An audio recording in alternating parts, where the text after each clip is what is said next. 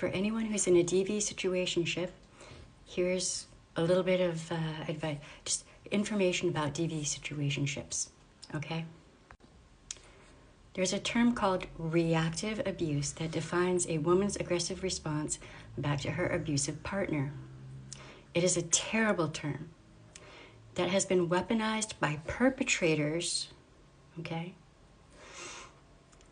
of abuse. Perpetrators of the abuse weaponize it to further blame women for their own abuse and position the abuser as the victim. That's called DARVO. Beware, this is a classic manipulative tactic to level the playing field, to say that we are both abusers and that we have abused each other.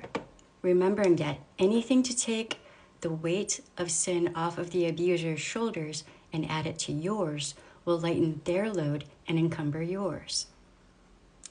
They are not equal in abuse. That's important.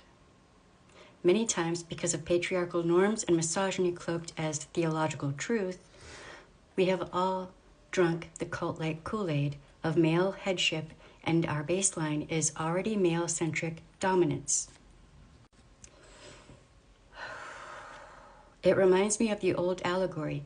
If you judge a fish by its ability to climb a tree, it will live its whole life believing it is stupid.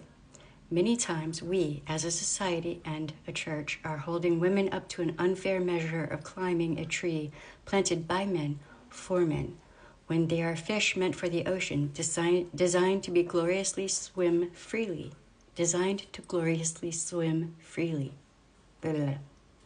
The weaponized term reactive abuse is merely reactive survival, doing whatever they need to do to survive a system that is setting them up for failure and takes pride in watching them break. I would also add that, at least in the US, there's already a term that should apply in criminal and family courts, and that term is self-defense.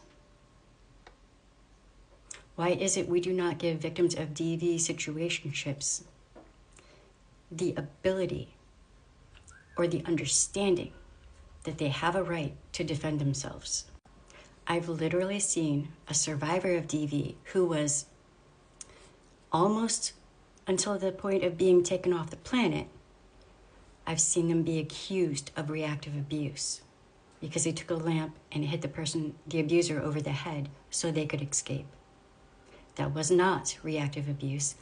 That was self-defense, and that was them just trying to survive. If you are, the likelihood is that the next time that happens, you won't survive. The term reactive abuse is bunk, and it should not be a thing at all, because perpetrators love that term. And they love it because they can try to use it to hurt their victim and DARVO their way out of consequences. That's what they love to do. Bring back matriarchy.